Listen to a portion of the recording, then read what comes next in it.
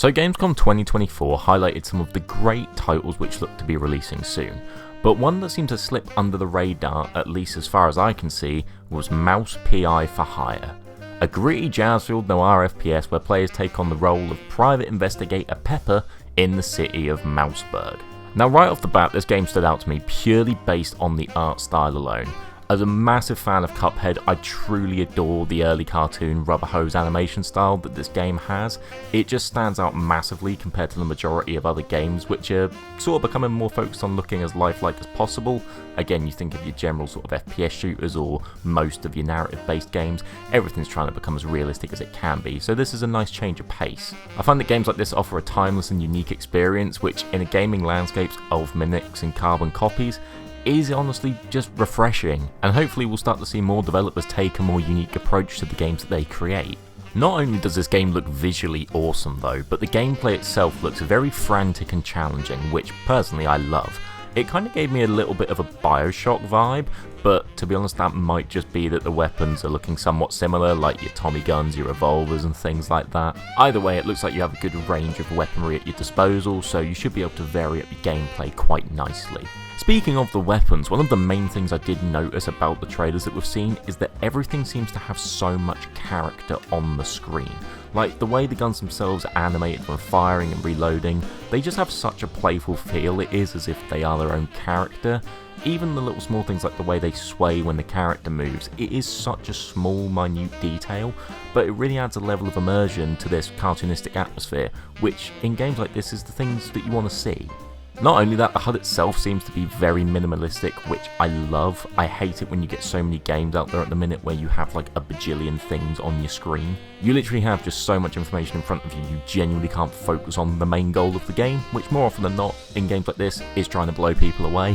From what the trailers demonstrate, it does seem to be very much a run and gun game. However, supposedly you can vary up how you look to play the game, so if you want to systematically attract your enemies or just dodge all the action like you're trying to speedrun a Mario level, supposedly you can, which again offers a lot of replay value. Other features that were noticed is that the game possesses a thing called a Fantastomatic, which is a great name, power-up system, which in itself, as we've said, sort of sounds awesome, but it's basically a way of just upgrading your guns and abilities, which again will only add variation and more depth to the gameplay, potentially offering, if there's a new Game Plus system or something like that, you could see yourself playing through this game multiple times, trying to explore all the different avenues you can navigate to try and complete the level differently. Now, besides what we've already mentioned, we obviously don't know too much about the narrative of this game, but given its style and setting, presumably we'll be following the 1930s mobster-like story, with some light-hearted, interwoven elements as you'd expect from a playful game such as this, right? Again, I really feel like this isn't the type of game where you should be expecting a deep, story-driven experience, as to me it just looks like wacky fun. But if that is also something that is there and there is genuinely a very, very good narrative behind it, it's only going to enhance the game itself, right? I did actually see an article while I was editing this video talking about the storyline and what they're expecting to do, and the developers have literally said themselves that they're not just trying to make this look like a cool art project, they do want to make it an actual gripping story. They've even gone so far as to say that they're not going to avoid serious topics like political extremities or racial segregation, which was all obviously occurring during the time period that this game is set. Now for me that's actually kind of refreshing, because when you look at games gone by in recent years, ones that are set during specific periods like your Battlefields or your Call of Duties, they will go out of their way to change aspects of their game which don't necessarily reflect accurately how it was during that time period. You look at, like, I think it was in Zombie Chronicles in Black Ops 3, they removed like swastikas from the Nazi maps.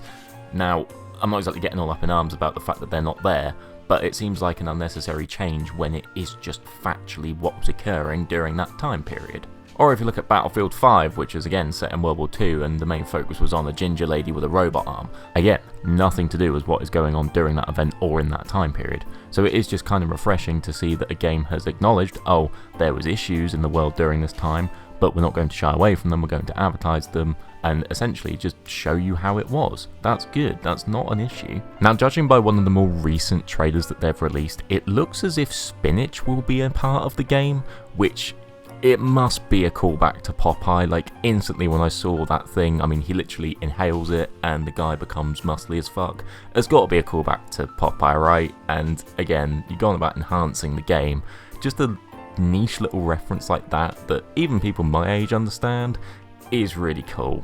It just shows that this game clearly isn't taking itself too seriously and sort of knows what it's about, and I love it when developers can do things like this. And speaking of enhancing the game, I really do hope that the music being used in these trailers is what we will actually have in the game. I mean, I presume it will be, as it is that classic 1930s jazz vibe, and it'll pair so nicely with the gameplay. It's just, to me, so reminiscent of Cuphead, which, I mean, I actually use Cuphead music in the videos I make, so if we can get something akin to that in another game, I'm all for it. Now, the developers of this potential little gem of a game are known as Fumi Games, which, I'll be honest, I have personally never heard of before making this video. However, as we know, more often than not, these indie game developers will create some of the best titles available. At least we've seen that in recent years, right? I mean, you look at the likes of Stardew Valley, Hades, Outer Wilds. So I'm really hoping that they can continue in that similar sort of vein of success with this title. Now, Mouse PI for Hire is currently set to release in 2025. I didn't see an exact date. If there is one, let me know in the comments. But at the very least, we're going to be getting it within the next year, which is awesome. I don't know if this is the case or not, but I do feel like this type of game would be absolutely perfect for Game Pass. As it is Fumi Games' first big title, if they can gain access to that audience on release, hopefully it gives the game some more notoriety, because despite how awesome this looks, and I genuinely think this is one of the best sort of trailers for a game I've seen recently, I haven't really heard or seen anyone talking about this online, which I guess makes sense since we don't even have a release date yet, but I'm really surprised because to me this looked fantastic. Now, no doubt we will get more information closer to release, and again, if you want any of that stuff covered, I will be looking at it because I'm very, very excited to be playing this game. But more importantly, what do you guys think? Does this game take your fancy? I know for certain I will be playing it, and fingers crossed it is as good as it looks. At the minute, it's all looking very, very promising. Anyway, thanks ever so much for watching. If you are new here and you do love all things gaming, make sure you do subscribe, and hopefully I'll see you in another video very soon.